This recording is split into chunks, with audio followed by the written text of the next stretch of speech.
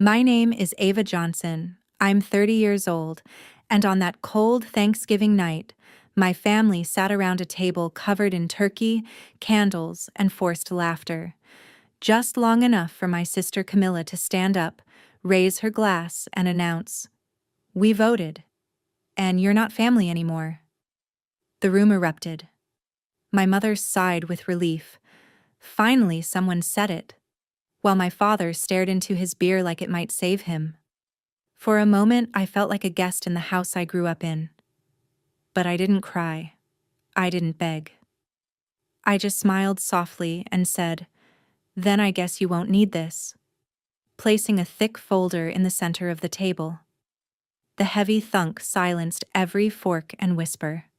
Camilla snatched it with that smug pageant queen confidence, flipped open the first page, and her face drained white before she screamed. Ethan grabbed it from her shaking hands. My parents froze, and all eyes turned toward me. "Do you want to know what's inside that folder? Let me start from the beginning, because that vote didn't happen in a moment. It was built, piece by piece, on years of taking and taking and taking.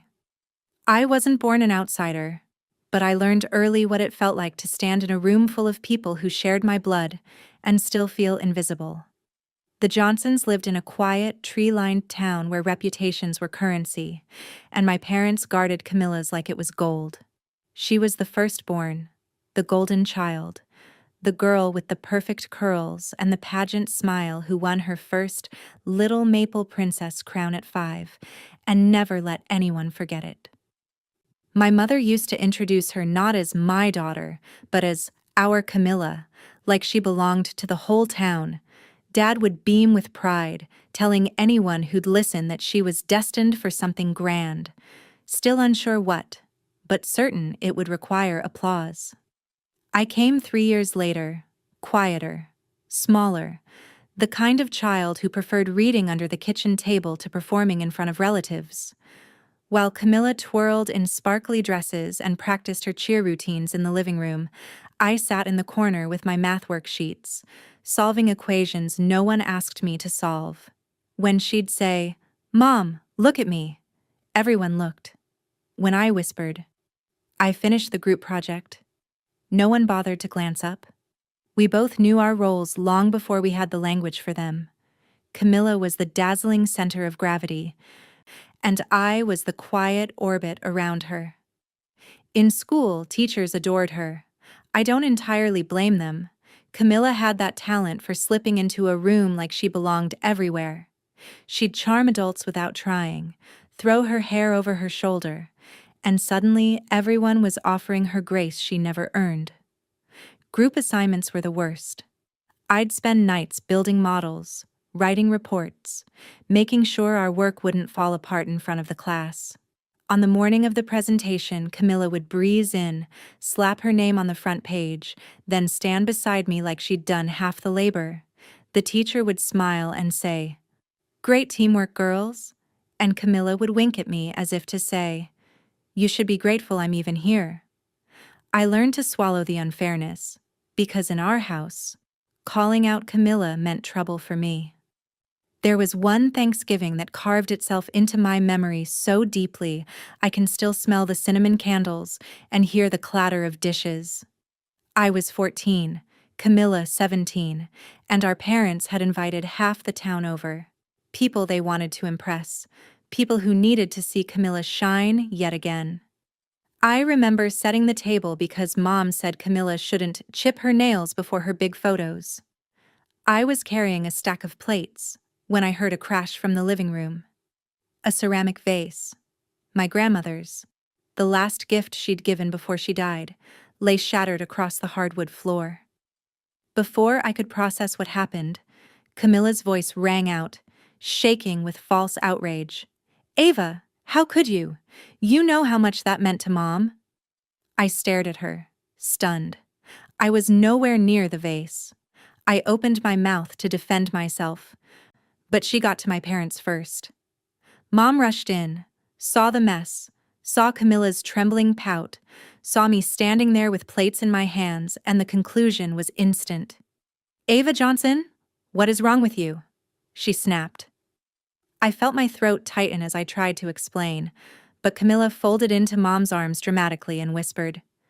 She said it was an accident, but she didn't even apologize. Dad didn't even look at me. He just muttered that I needed to be more careful and sent me to my room like a toddler. While punishment settled around me like a thick fog, Camilla walked out the door with Mom and Dad for a Thanksgiving dinner at the Maplewood Inn, posing for photos beside a glowing fireplace as if nothing had happened. I watched them leave through my window, realizing something sharp and painful. In my family, the person who spoke first was believed, and the person who tried to defend themselves was always the problem. It wasn't truth that mattered. It was narrative, and Camilla always got to choose it first. Mom reinforced that idea in smaller, quieter ways. When teachers called home praising my grades, she'd say, "Ava's smart, but Camilla has presence." When I won a statewide math award, she told relatives, "Well, she's always been good at enduring things." Enduring? The word clung to me like a label. I wasn't brilliant or ambitious or gifted. I was just someone who could handle unfairness without complaint. "Camilla has a future," Mom often said. "And Ava?" Well, Ava's strong enough to support it.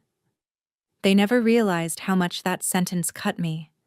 Dad, meanwhile, avoided conflict like it might break him. Anytime Camilla caused trouble, he'd sigh deeply, rub his forehead, and say, "Girls, can we not make this a big deal?" But not making it a big deal always meant I had to swallow my hurt, my confusion, my anger. He'd pat my shoulder and say, "Just let it go, Ava. Peace is better than being right." He meant it kindly, I think, but it taught me a dangerous lesson. If someone hurts you, it's your job to absorb it quietly. If someone lies about you, forgive them first and hope the truth sorts itself out later. It never did. Growing up in that house felt like living under soft, dim lighting. Camilla bathed in warm spotlights while I stood in the corners where the brightness never reached. And I told myself it was fine, because someone had to be the dependable one. Someone had to do the hard parts without applause. Someone had to hold things together while Camilla sparkled her way through everyone's good graces. I didn't realize yet that the skill I was learning, enduring quietly, would become the very chain they used to keep me tied to their expectations as an adult. There were moments, though, where the truth peeked through. I remember one afternoon during high school, when Dad was helping Camilla rehearse a speech for yet another local pageant. She couldn't memorize the lines, kept messing up the closing paragraph. Frustrated, she threw the note cards onto the carpet and stormed off. Dad turned to me, exasperated. "Can you fix this?" he asked. I rewrote the whole speech, tightened it, made it flow, made it sound like a 17-year-old with big dreams and good diction. Camilla performed it 2 nights later and won. Afterward, Mom hugged her and said, "That's our star." No one mentioned the girl who wrote every word. I learned to live with it. Or maybe I just learned to stop fighting battles I'd never win. I became the daughter who stayed quiet, did the work, picked up behind others, and accepted that the praise would always land elsewhere. For years, I convinced myself that being the strong one was a compliment, not a burden. That being needed was the same as being valued. But that Thanksgiving night when I was 14, the night I was punished for something I didn't do while Camilla posed for holiday photos, that was the first time I felt something crack. A tiny fracture.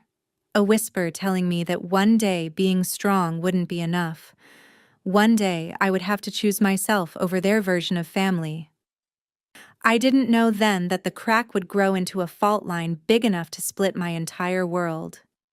And I certainly didn't know that the girl who once stayed silent in her room while everyone else enjoyed Thanksgiving dinner would grow into a woman capable of placing a folder on a table and watching a whole family fall silent. But looking back, it all started there, in that house, in that town. In a childhood where Camilla learned she could get away with anything, and where I learned far too early that truth meant nothing if you weren't the one holding the spotlight. Leaving home at 18 felt less like a milestone and more like a jailbreak. Quiet, unannounced, and met with a shrug from the very people I'd spent years trying to earn approval from. I still remember the morning I stepped onto the bus to Seattle with a used suitcase, a $10 bill in my coat pocket, and a scholarship letter I must have read 50 times. My mother hugged Camilla 3 times before she even looked at me.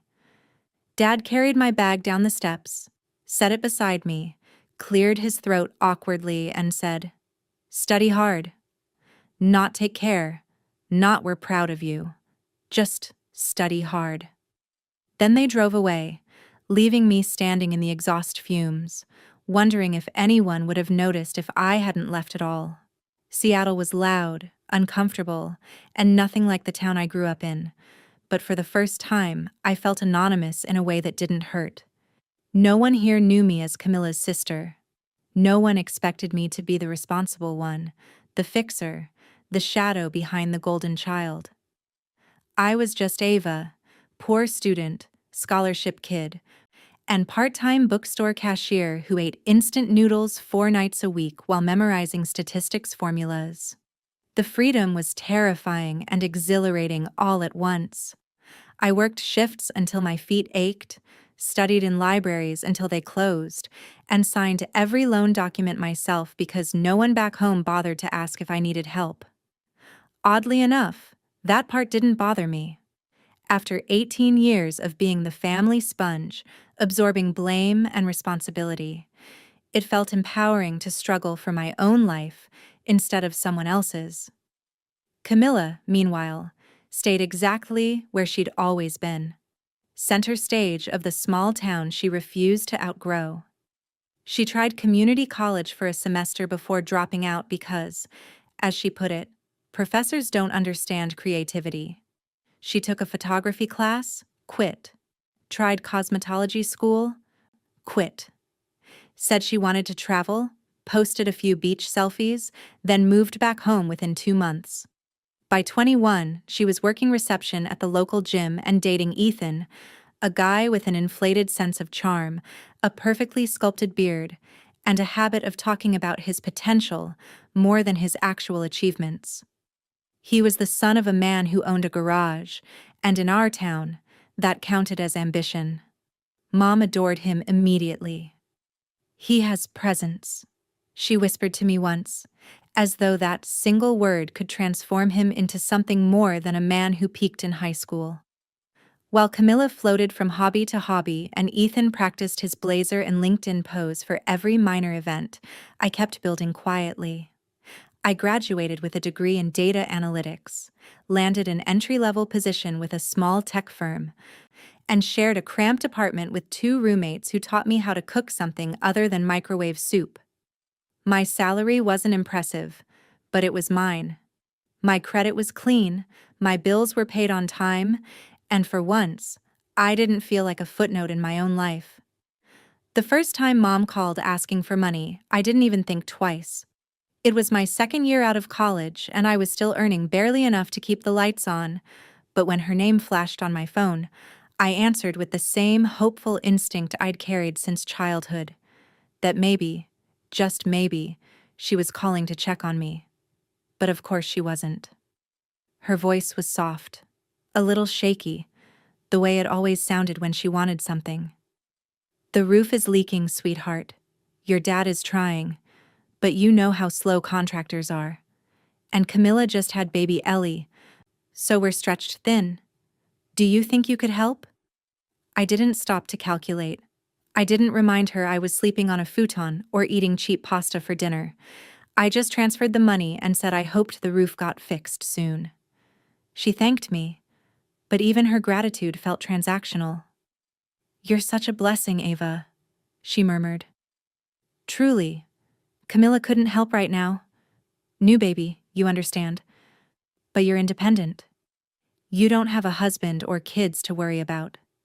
It's a blessing for the whole family that you're in a position to step in." That sentence, "You don't have a husband or kids," was the first thread in a pattern I didn't yet realize was being woven around me. Every time I helped, the praise came wrapped in implication.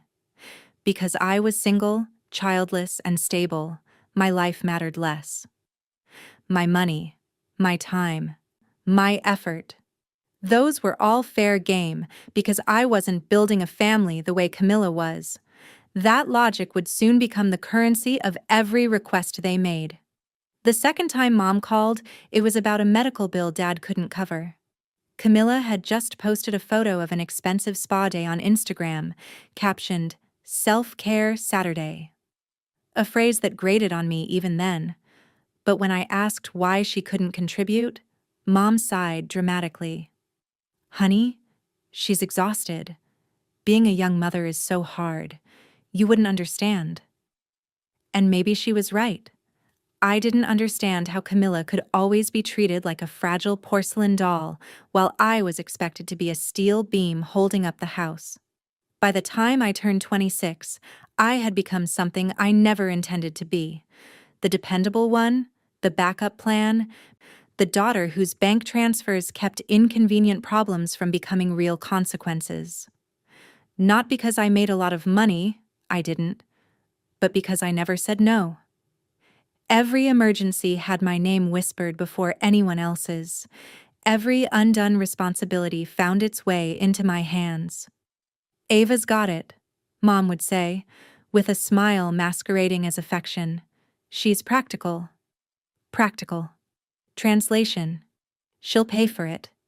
It started with small things: roof repairs, dental bills, temporary credit card shortages.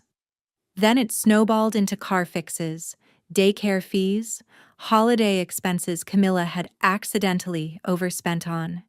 Even a loan for a photography course Camilla never finished. Each time, they followed the same script. First, a warm call. Then, a sigh.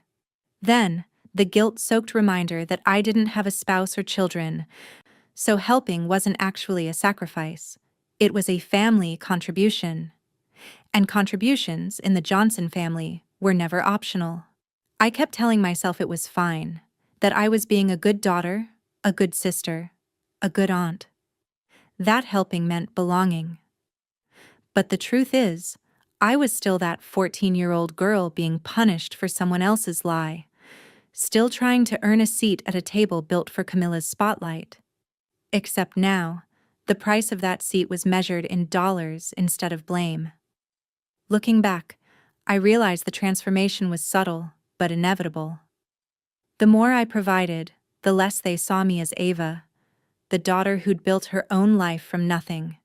In their eyes, I became something simpler, more convenient, and infinitely more useful.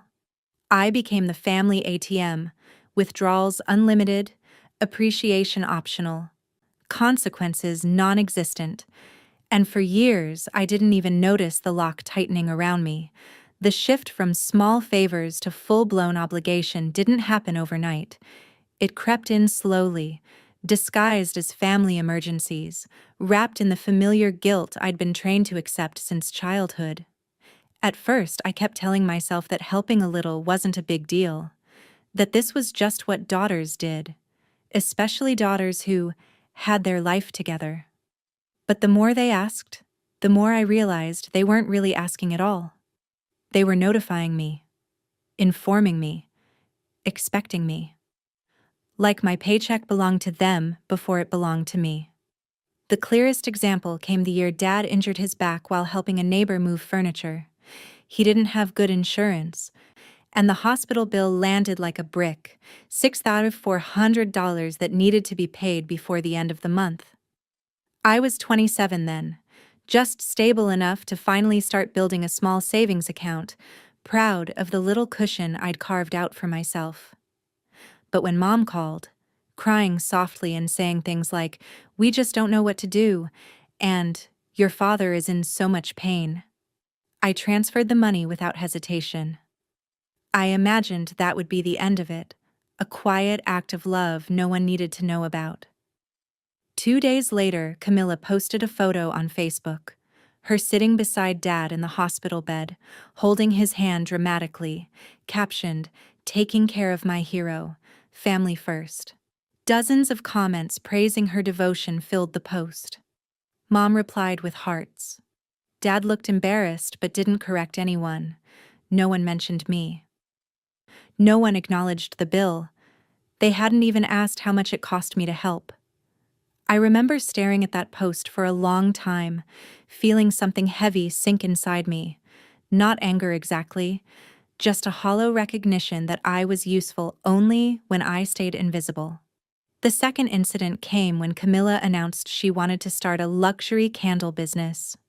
She had watched a few YouTube videos, bought a handful of supplies, and convinced herself she was an entrepreneur. She called me one evening, sounding breathless and excited, launching into a pitch that felt oddly rehearsed.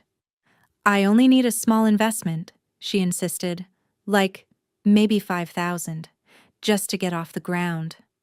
I nearly choked. $5,000 was my entire emergency savings. I told her gently that I couldn't spare that much, that maybe she should start smaller. She sighed dramatically. "Ava, come on. You earn way more than Ethan and I do. Don't you want to support something meaningful?" Eventually, against my better judgment, I transferred the money. She promised to pay me back in a month or two. Of course she didn't. Months passed. The candles never launched. The Instagram page she made vanished after 3 weeks. When I asked her once, lightly, about repayment, she rolled her eyes. "It was an investment, not a loan. You said you believed in me." I hadn't. But even if I had, investments were supposed to come with transparency and agreements, not guilt trips disguised as opportunities. Still, I didn't press further. I had learned by then that calling out Camilla never led to resolution, only more blame. The third hit came when Mom's credit card slipped into collections. I received a frantic voicemail saying creditors were calling the house and that it was humiliating and unbearable. When I finally got her on the phone, she whispered, "Ava, darling, it's just $8,000. The bank said if we don't pay this week, it could affect all of us." All of us. In reality, it would affect her credit, not mine, not Camilla's. But she made it sound like a community tragedy, and I had no practice saying no, so I paid it. Again. The next day, she sent a text message. "You saved us. I knew you wouldn't let the family look bad. Not thank you. Not, I'm sorry we put you in this position. Just, I knew you would." Like I was a predictable button to press. The fourth moment, the one that stung deeper than I expected, was when Camilla called, asking if I could pay for Ellie's summer program. A 2-week creative thinking camp that cost $200. She said it was a rare opportunity, that Ellie deserved to shine, and that Ethan had been stressed about money. I adore Ellie, so I said yes. The day after I paid, Camilla posted a photo online showing off a brand new designer handbag, thanking Ethan for spoiling her. The juxtaposition was laughable if it weren't so painful. She had money for luxuries, but not for her daughter's education. Because why would she need to? She had me. And then there was Thanksgiving 2 years ago, long before the night they voted me out.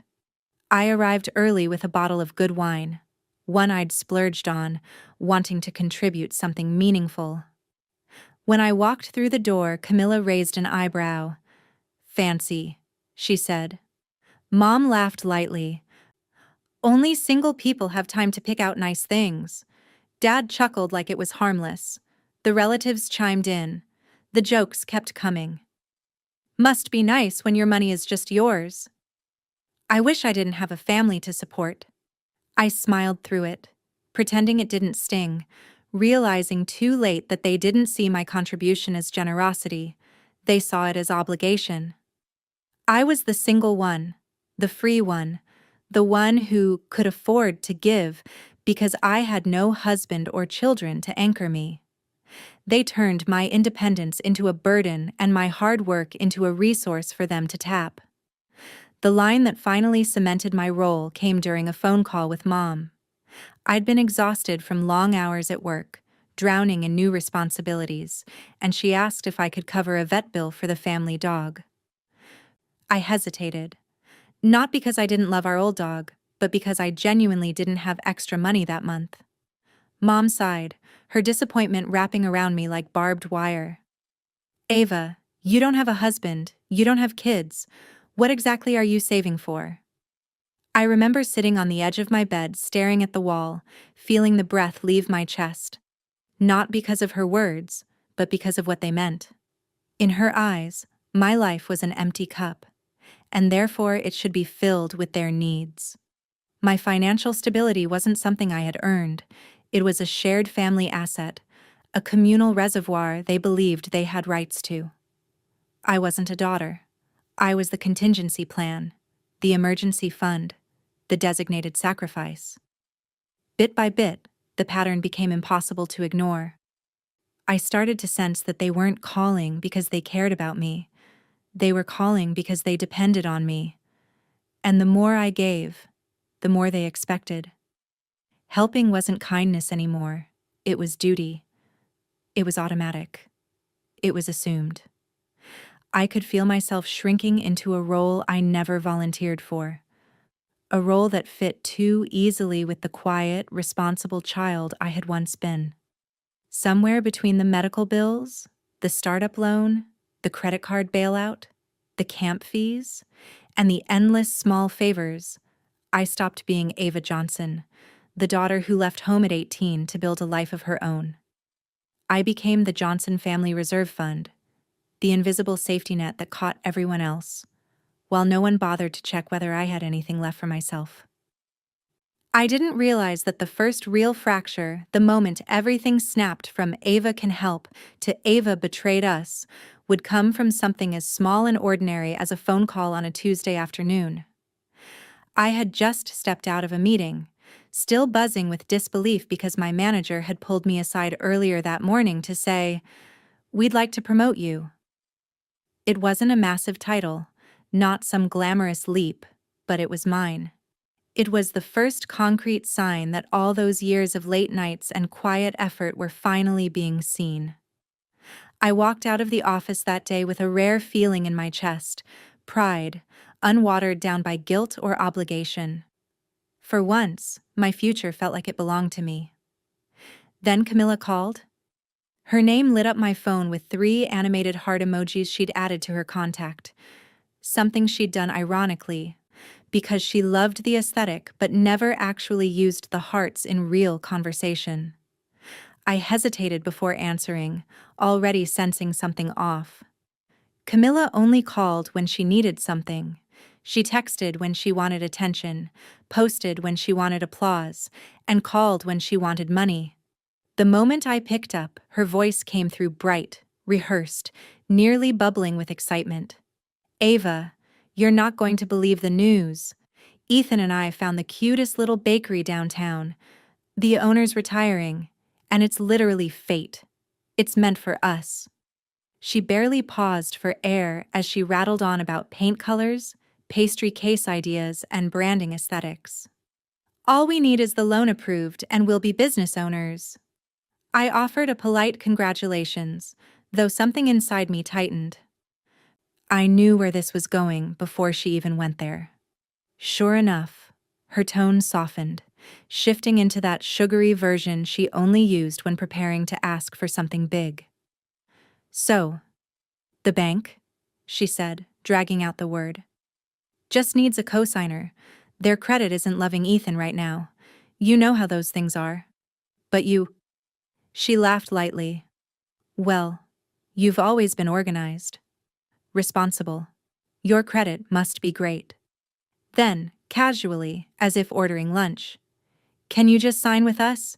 It's only a formality. You won't even have to do anything afterward." My stomach dropped. My pulse thudded in my ears. This wasn't a favor. This was a financial leash. Signing meant I'd be tied to a 5-figure loan with zero control over how they ran a bakery they weren't remotely prepared to manage. And more than that, Just hours earlier, I had begun emailing a realtor about viewing a tiny condo I'd been saving for. Taking on their loan would mean losing my chance at a home of my own. I took a breath, a deep one, and for the first time in my life, I chose myself.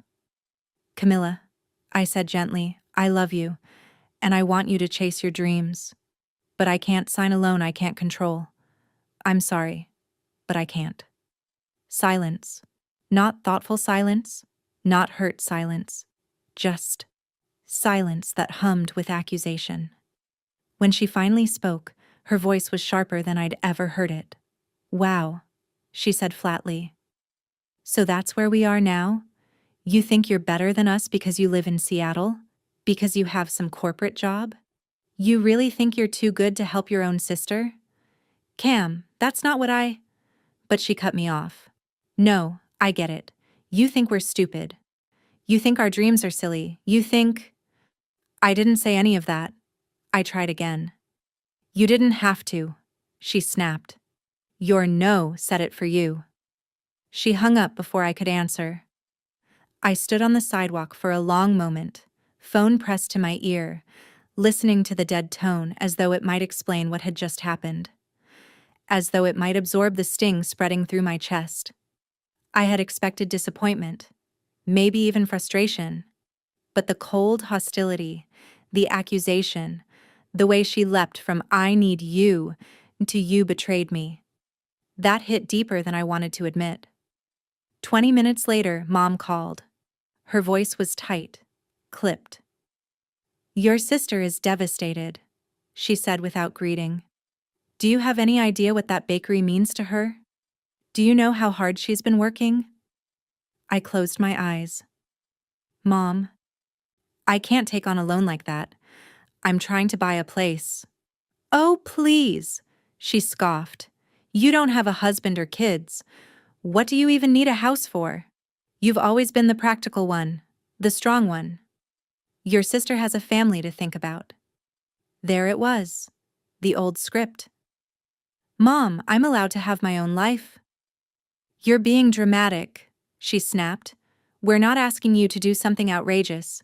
We're asking you to help the family. That's what families do. But in the Johnson family, helping the family always meant Ava sacrifices. That same evening, Dad called. Not to check on me, not to ask what the loan would do to my own finances, not to ask how I was handling the sudden flood of guilt. He called to say, Your mother is upset. Camilla is upset. Sometimes, in a family, you do things you don't want to do because it keeps the peace. Don't be selfish. Selfish. That word lodged itself in my stomach like a stone. I didn't fight. Not this time. Not yet. I simply repeated calmly, I'm not signing the loan.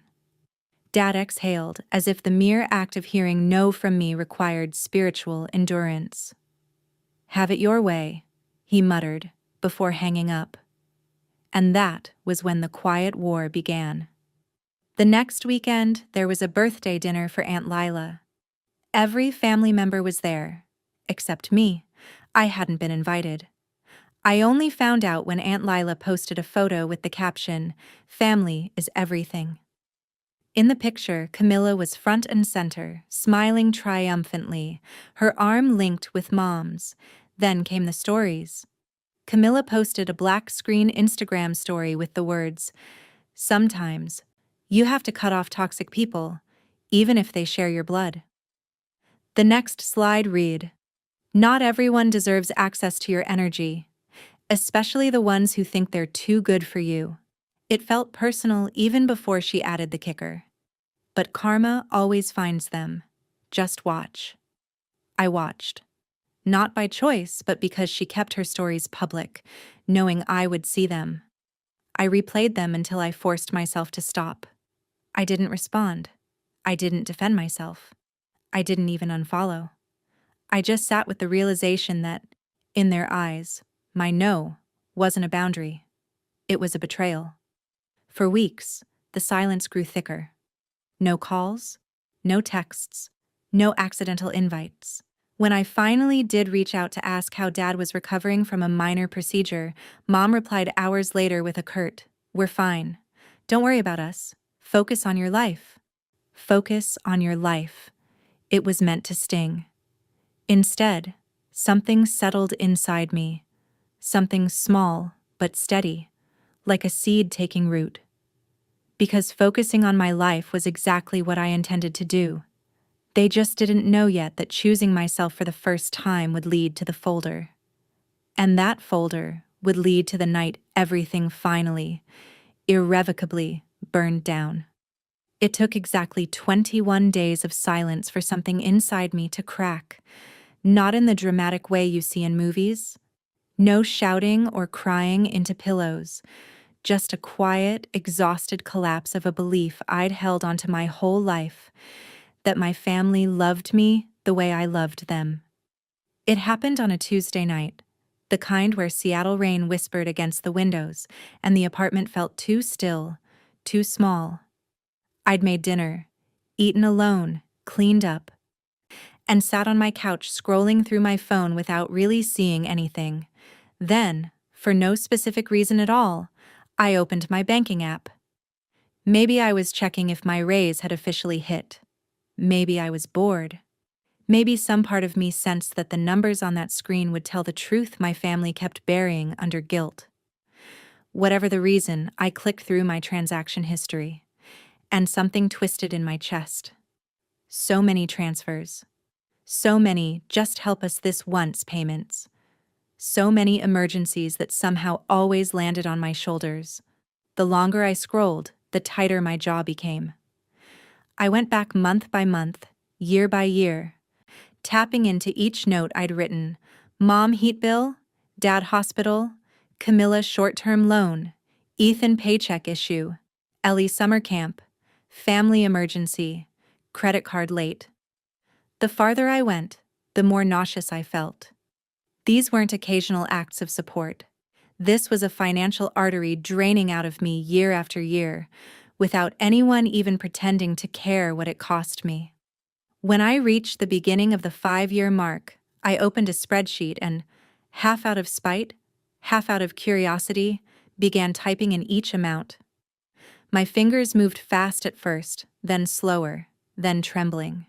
I listed dates, names, notes, every detail I could remember. I pulled up emails, dug through old texts, downloaded old bank statements. The hours blurred past me until the only sound in my apartment was the soft hum of the refrigerator and the relentless clicking of keys. When I finished, I stared at the total. $91,327. $91,000. Gone. Drained into a family that hadn't once asked if I could afford it, hadn't once wondered what I needed, hadn't once said, "Let us help you for a change."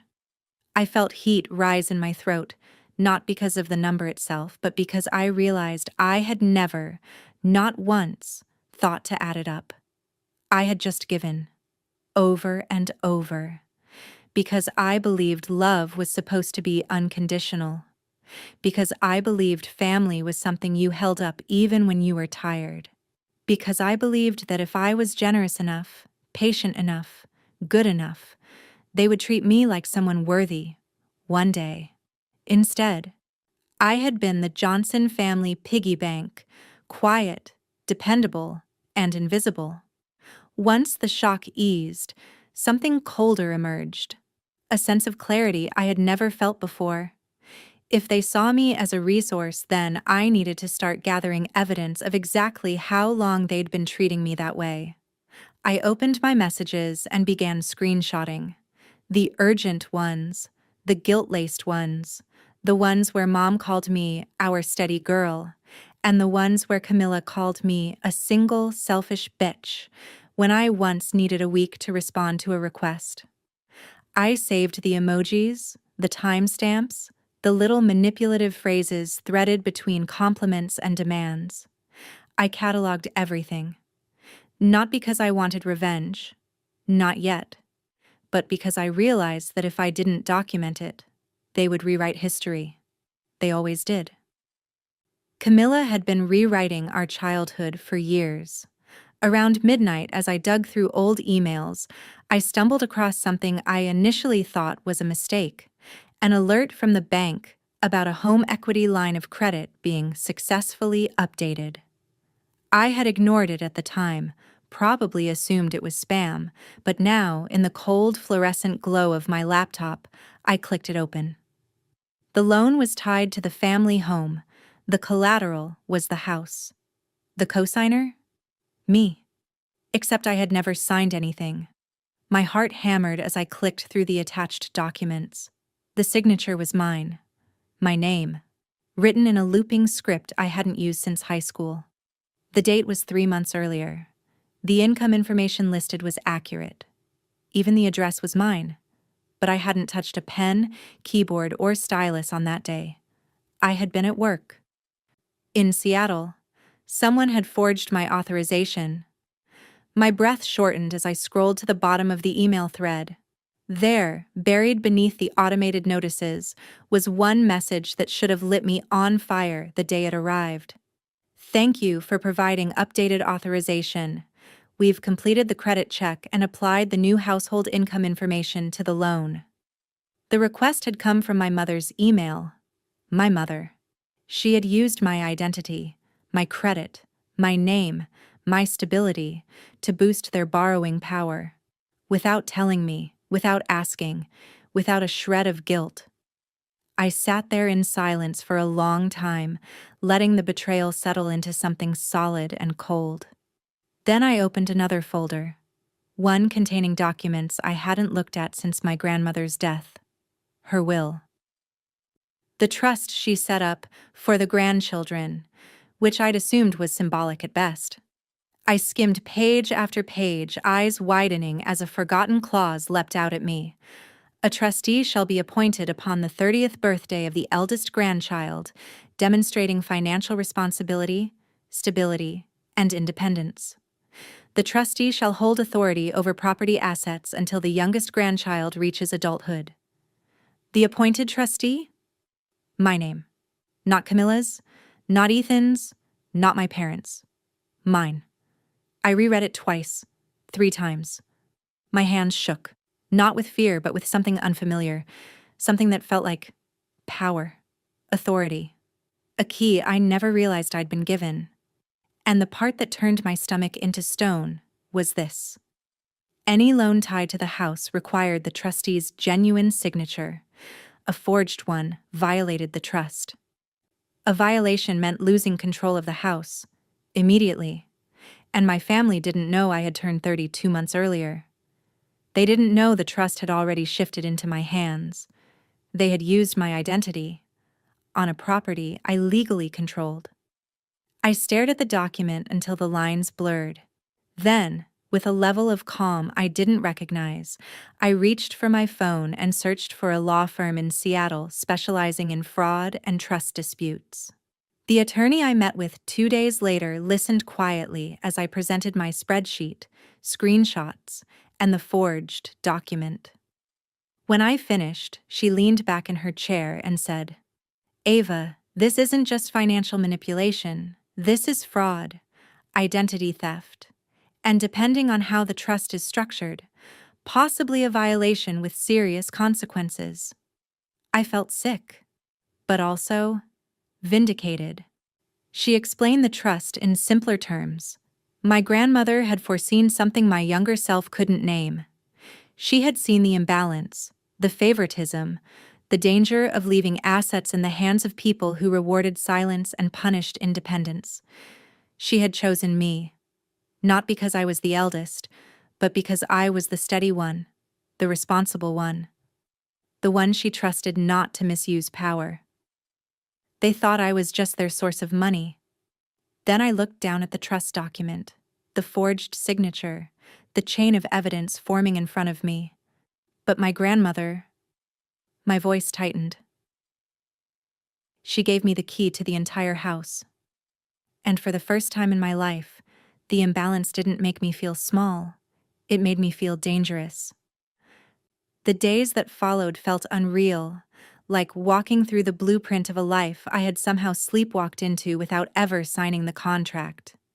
Every screenshot, every bank statement, every forged line of credit, every clause in my grandmother's trust sharpened a truth I had spent 30 years avoiding.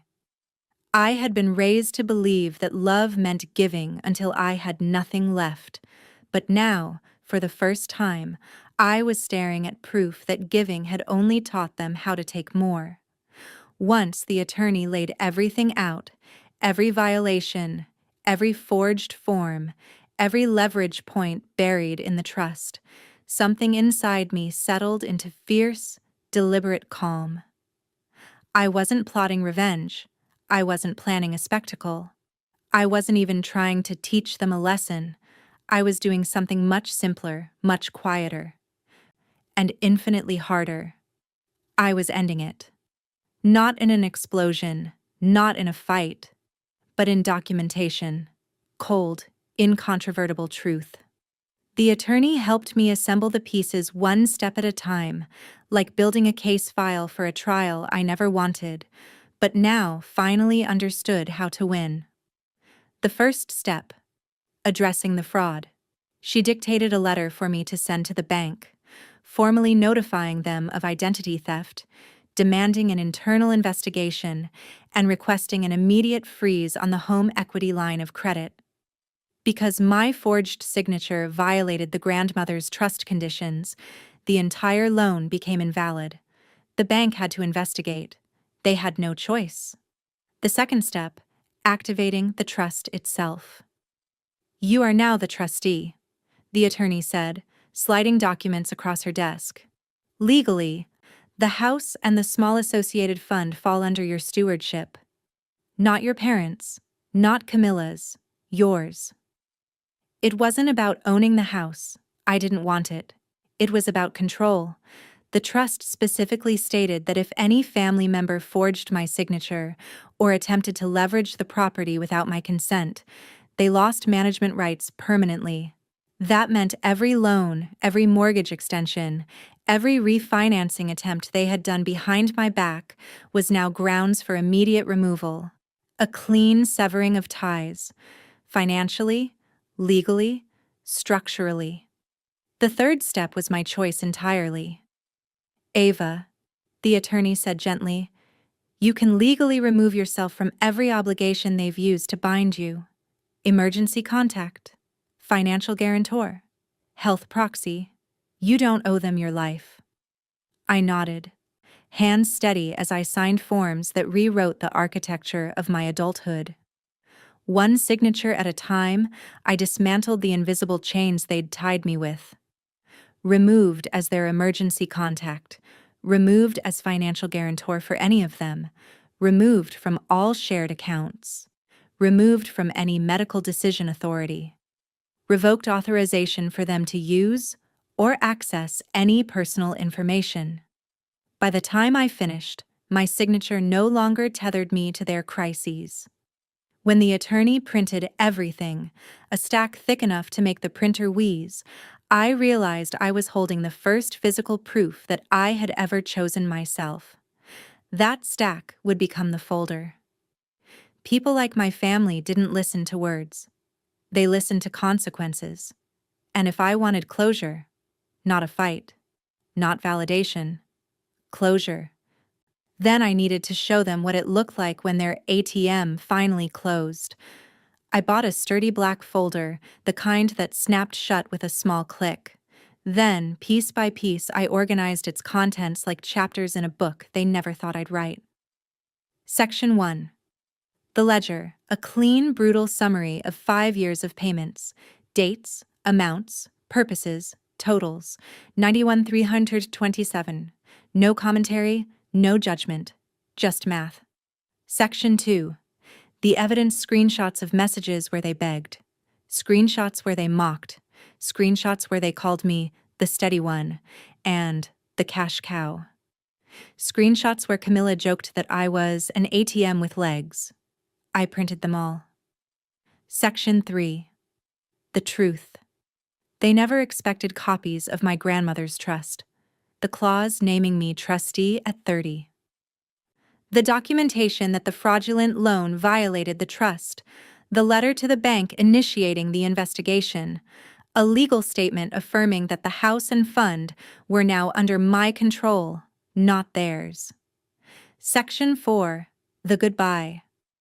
The forms revoking my obligations, emergency contact removal, financial role termination, health proxy revocation, a notarized declaration stating I was not to be contacted for any financial or legal matter moving forward. I placed each section into the folder deliberately, slowly, like arranging stones on a grave. Not theirs, but the grave of the version of myself who had believed endurance was love. 3 days before Thanksgiving, my phone lit up with a call from Mom. Her voice was stiff, courteous, wrong. "Ava," she said, "we'd like you to come home for Thanksgiving this year. It's been tense. But it's a family holiday, and I think it would be good for all of us to be together." No apology, no explanation, just an invitation cloaked in the kind of politeness my mother only used when she wanted something important. I felt it immediately, that sour twist in my stomach. The scent of a scheme, as my grandmother used to say. The scent of a plan. But I accepted. Calmly, evenly, deliberately. "All right," I whispered. "I'll be there." Because I already knew what they wanted. They wanted me back in the role. Comfortable, compliant, financially useful. But I wasn't coming home to slip into old patterns. I was coming home to bury them, not with anger, not with cruelty, with truth. As I zipped the folder into my bag, I caught my reflection in the darkened window. Older, harder, clearer. And for the first time in my life, I didn't look like the girl who kept trying to earn her place at a table that was never set for her.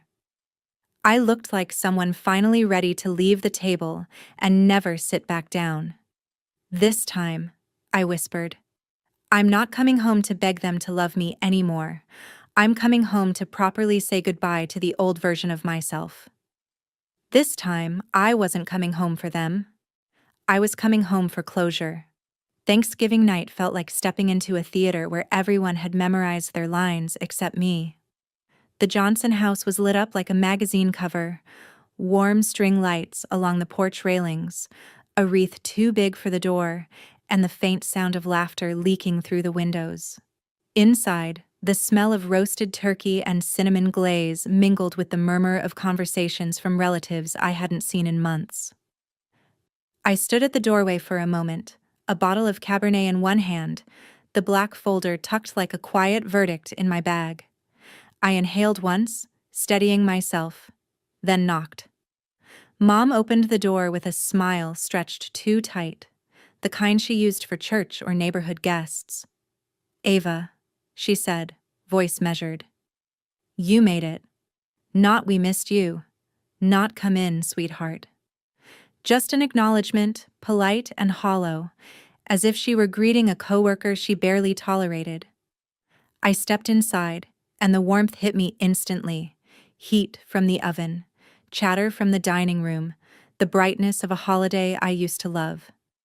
Camilla appeared in the hallway, perfectly dressed in a cream sweater and gold earrings, radiating the kind of practiced confidence she wielded like a weapon. She looked me up and down before smiling just wide enough to be insulting. "Oh, Ava," she said lightly, "you're here. We thought you might be busy with your Seattle lifestyle." She said Seattle like it was a foreign country I'd defected to. Before I could answer, Ellie, my niece, the one pure thing in this whole house, ran toward me, giggling as she wrapped her arms around my leg. "Auntie Ava, I missed you." That tiny voice cracked something in me. I knelt, hugging her tightly, pressing my cheek against her soft hair. For a second, I forgot the folder, the betrayal, the months of silence. For a second, I remembered why I had stayed so long in a family that only loved me when they needed something, because sometimes a small child could make you believe you still belonged somewhere. But then, Ellie was pulled back gently, by Camilla. Go play, sweetie. Grown-ups need to talk. My chest tightened again. Dinner was already laid out. Turkey carved and steaming, mashed potatoes whipped to perfection, cranberry sauce glistening in a crystal bowl that had once belonged to my grandmother. Family filled every seat, talking too loudly, drinking too quickly, pretending the tension wasn't sharp enough to cut the tablecloth. I found my seat between Uncle Greg and Cousin Laura, both of whom gave polite nods but avoided eye contact like I carried bad luck. As soon as I sat down, the comments began, the kind that wore smiles like masks. "So, Ava," Aunt Marianne asked, practically shouting over the clatter of silverware, "any boyfriend yet? At your age, it must be hard to find someone." She patted my arm sympathetically, as if diagnosing a terminal condition. "People who live alone tend to get cranky," Uncle Greg added, laughing into his wineglass. "No wonder you're so tense these days." Mom chimed in with an airy sigh. "She's always been independent. Maybe too independent." The chuckles around the table were soft but sharp, like paper cuts you didn't notice until later. I didn't rise to any of it. I ate slowly, quietly, letting the judgments wash over me. I wasn't there to defend myself. I wasn't there to win them back. I was there for one reason only: closure. When dessert plates were cleared and the room quieted into that anticipatory hush people get right before gossip or confession, Camilla cleared her throat. She stood, smoothing her sweater like a performer ready for her monologue. Ethan placed a gentle hand on her back, as if steadying the star of the show. "Before we carve the turkey," she said, echoing the exact tone from my memories and from the flashbacks that had haunted me for weeks, "there's something we need to address, as a family." All conversation halted. Forks froze mid-air. I felt every eye on her, including mine.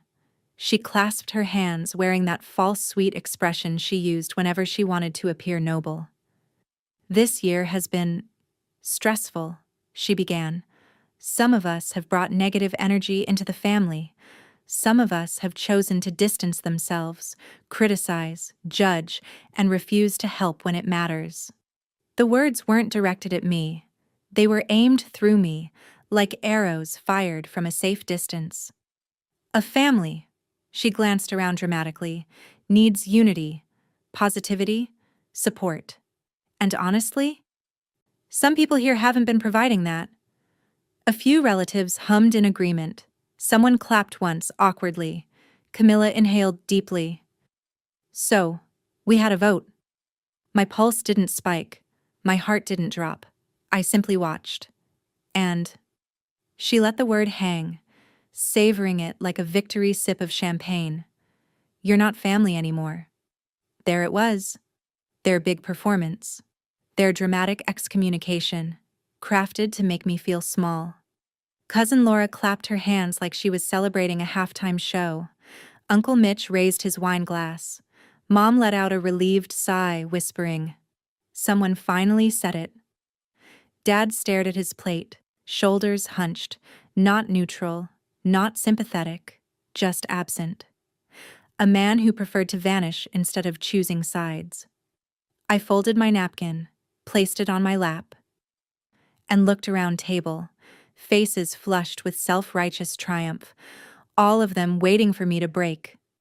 Instead, I smiled, softly, almost kindly.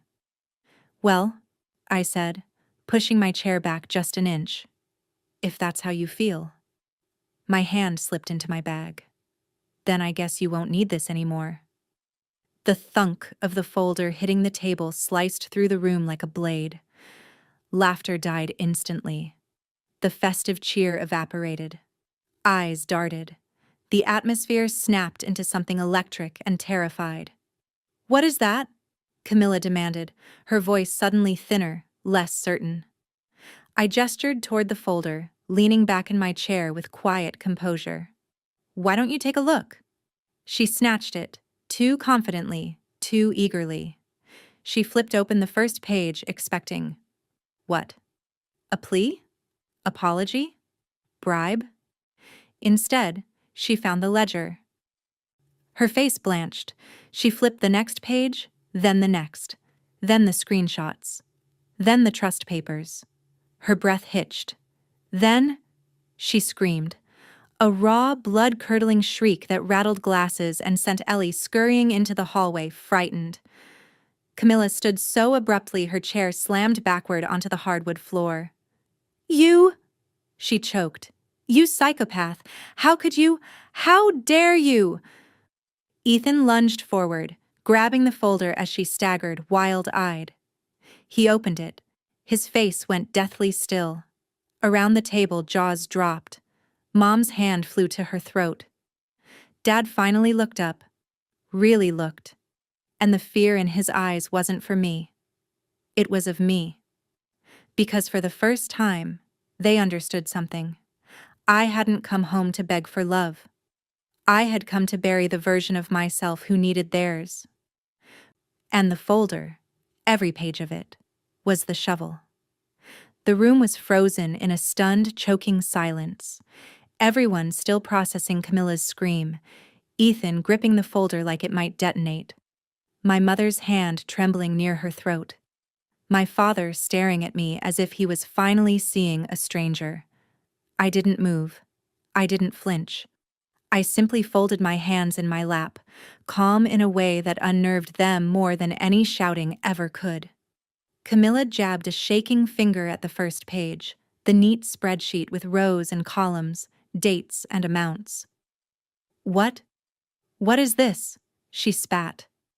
I leaned back slightly, voice steady. "It's a record of everything I've paid for in the last 5 years." Her face drained to a sickly white as she scanned the first few lines. Dad surgery, $6,400 Cam and Ethan Cruz, $1,850 and mom credit card collections, $8,000 Camilla Business Key Startup, $5,000 Ellie Summer Program, Twas $200 house heat bill, $380 Camilla Dental Veneers, Tweethy's $300 on and on it went. Line after line, debt after debt, favor after favor. All the small cuts I had ignored, bleeding out quietly behind closed doors. Camilla's mouth twisted. "So what? You were tracking me? Tracking everyone? You sick freak!" Then she slammed her palm on the table. "Were you stalking us? You psycho, that's enough." A few relatives winced. Dad frowned. But he didn't defend me. He never did. Before she could rip the pages apart, Ethan reached over and snatched the folder from her hands, perhaps out of shock, perhaps out of the sudden instinct that something in this pile of documents mattered, deeply. He flipped to the next tab, and then his face crumpled. There, printed in black and white, were screenshots of their messages. All of them. Camilla to her friend. "She'll pay. She always pays. That girl is a walking ATM." Another message. "Ugh, Ava is such a doormat. Doesn't even have a life. Just money to fix everyone else's." Another. "She's not a real sister. She's just a safety net." Then came her Instagram story from months earlier, blocked from me but recovered through a cousin. "Sometimes blood is the most toxic thing in your life. Cut it out." Heart emojis, clapping emojis, people cheering her on. Ethan's jaw tightened. He turned the folder around for the rest of the table to see. A wave of gasps traveled like a ripple. Mom covered her mouth. Uncle Greg looked away. Cousin Laura blushed and shrank into her chair. "Ava," Mom whispered weakly, "why would you keep all this?" I raised my eyebrows. "Because none of you ever remembered what you said. Or what you took. Someone had to." Camilla slammed her fist on the table. "You don't get to keep receipts. That's private." I cut her off with a soft smile. "Private? You voted me out of the family 5 minutes ago. If I'm no longer family, then I guess I'm allowed to keep every receipt like any outsider would." Her nostrils flared. She looked moments from lunging across the table, but Ethan had already flipped to the next section. His face went slack. "What?" he muttered, voice cracking. "What is this?" What is all of this? It was the trust paperwork, the documents naming me as trustee. The clause stating that the house belonged to the grandchildren's trust, the condition requiring my legitimate signature for any loan tied to the property. The report showing the home equity line of credit had relied on a forged authorization. The official letter from the law firm, investigation into signature fraud, initiated. Ethan looked up at Camilla, horror dawning on him. We're being investigated? You forged her signature? On the house? On a loan? Camilla froze, then denied reflexively. I didn't. Mom handled it. This must be a mistake. Mom burst into tears. This is your fault, Ava. If you had just signed when we needed you, if you had just supported your family, we wouldn't have had to do anything behind your back. We were desperate. I felt the first flicker of real anger. Not rage, clarity. I leaned forward slightly. You didn't have to commit fraud, Mom. You chose to. And the only reason the house is in danger is because you tried to use my name without my consent. But this is our home, she sobbed. How could you put this family at risk? I didn't, I said calmly. You did. I'm just done covering it up.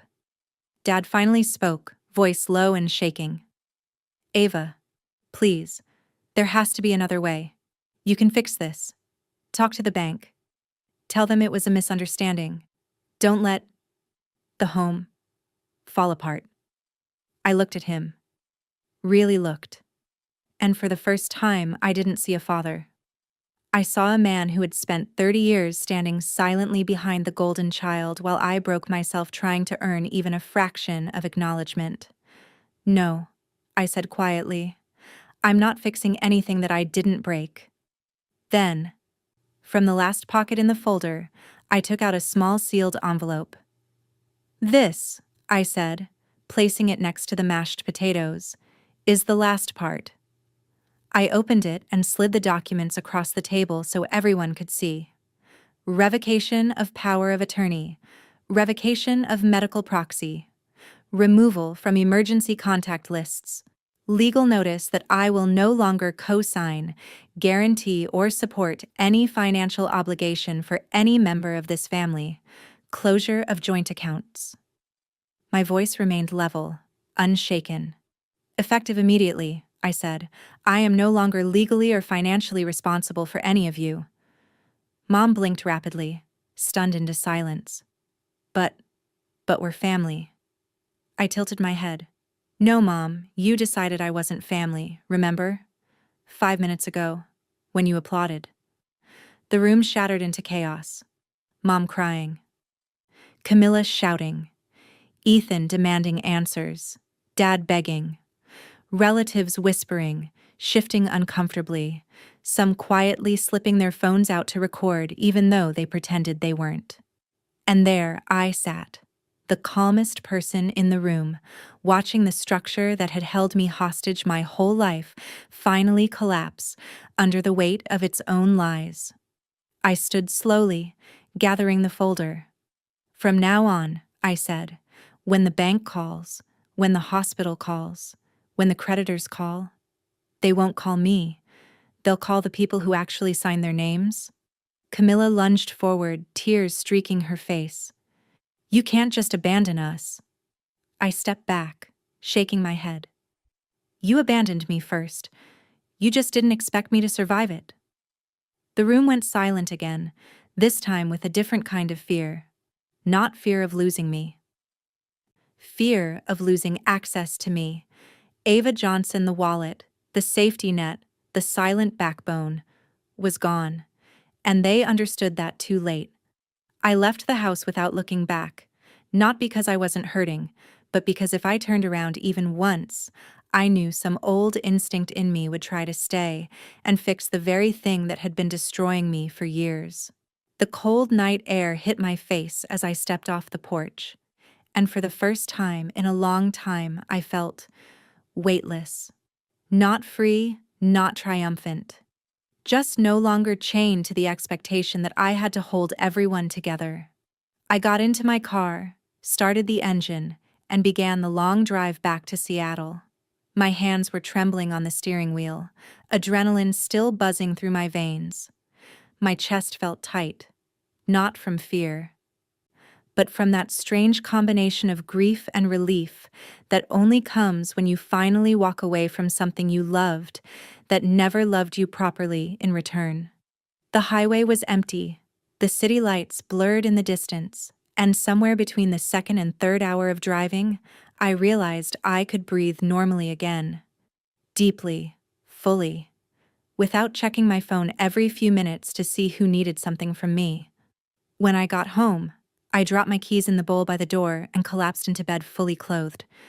I expected to lie awake, replaying every scream, every accusation, every face at that table. But instead, I slept 10 hours straight.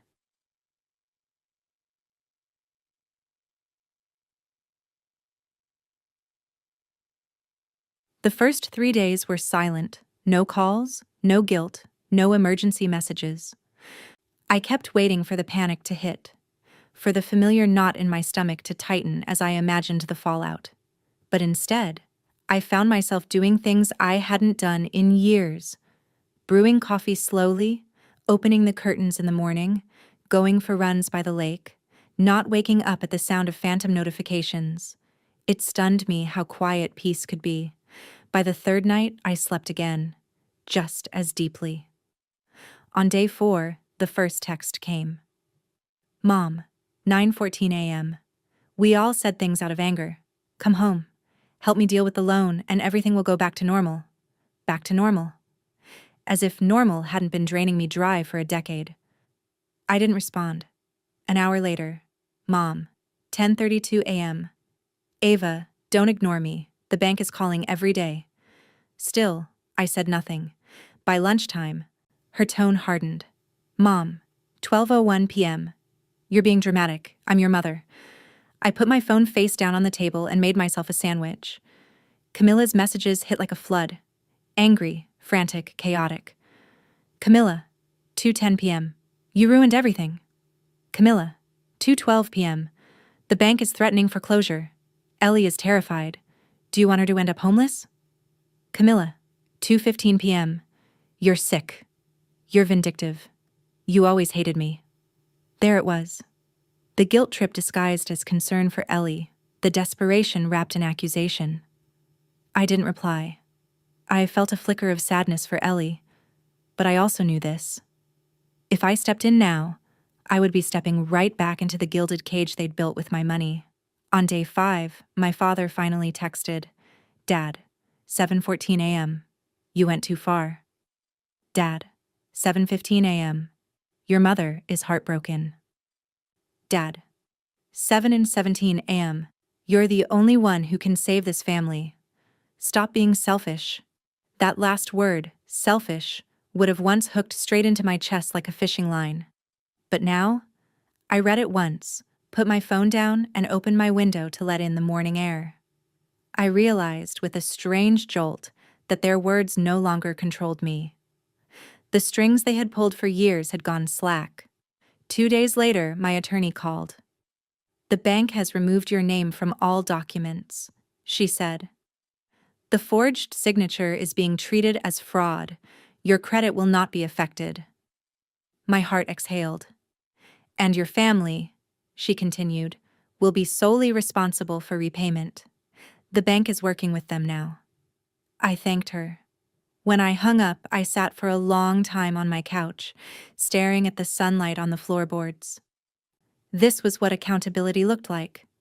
Not as vengeance, not as cruelty, but as the consequences of choices finally landing where they belonged.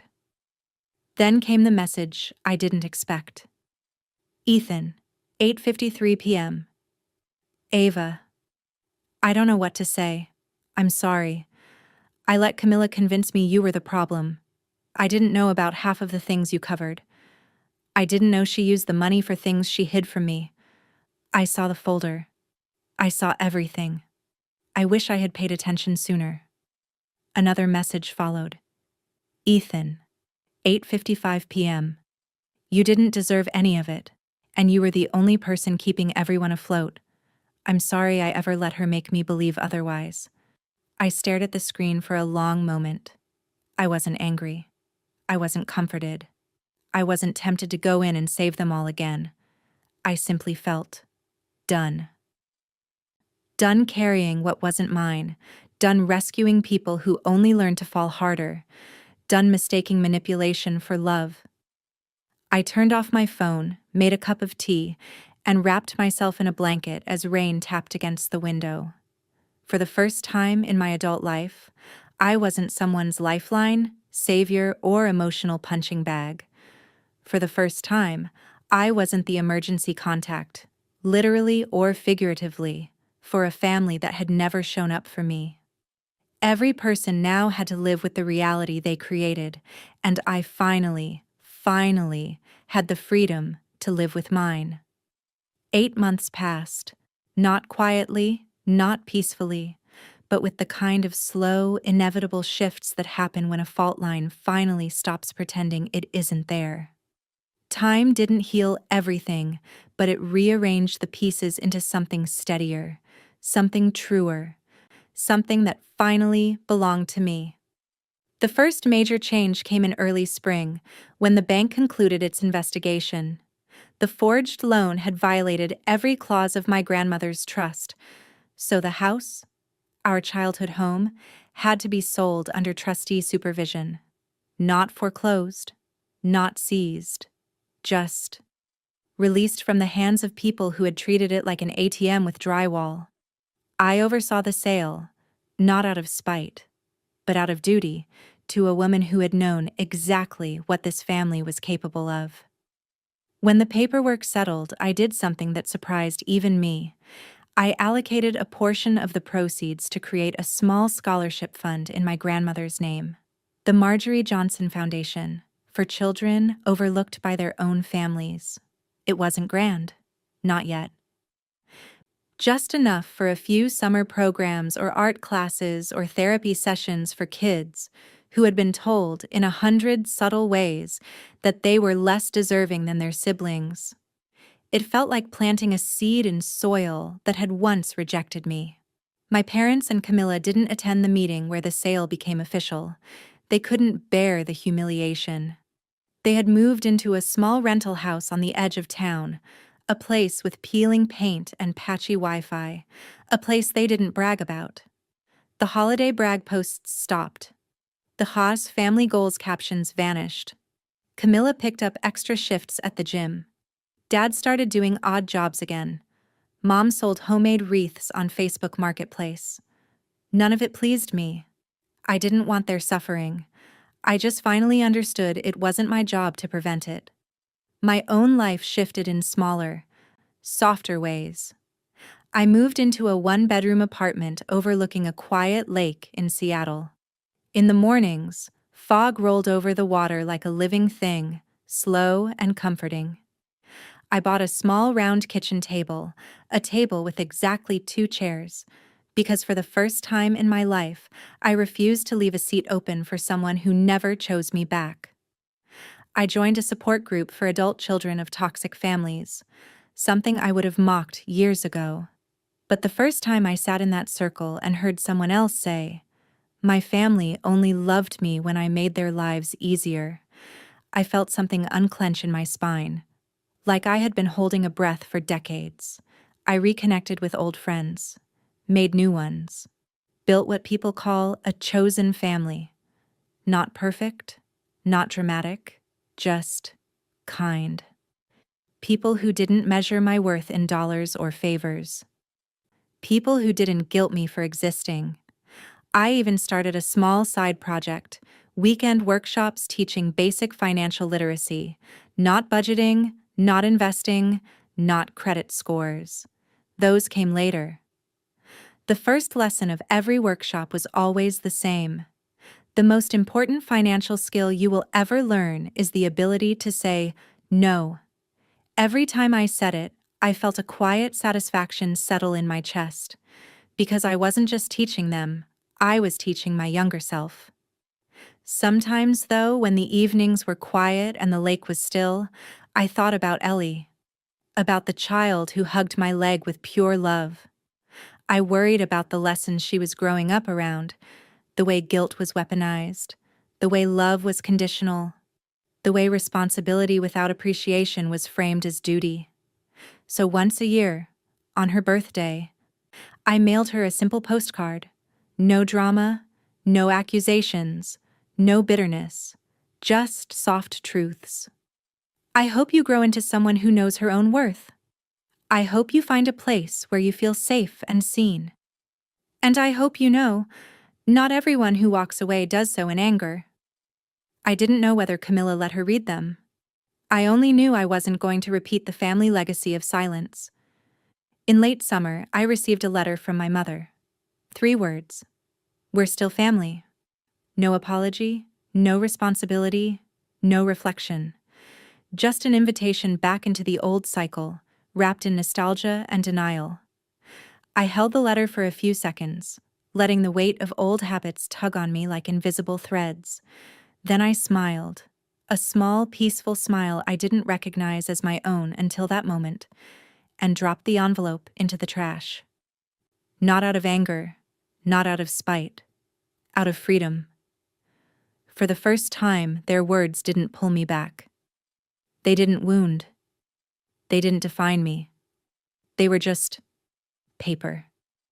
And now, standing in my kitchen with the window cracked open and the smell of lake air drifting in, I think about everything that happened, everything I survived, everything I walked away from, everything I rebuilt from scratch.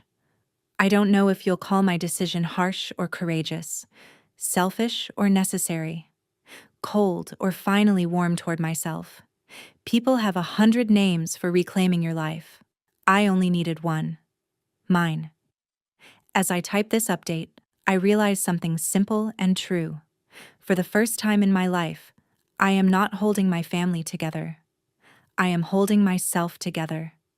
And I'm building a home, not with brick or mortgage papers, but with boundaries, peace, and people who choose me because they want to, not because they need something from me. So let me end by asking you this.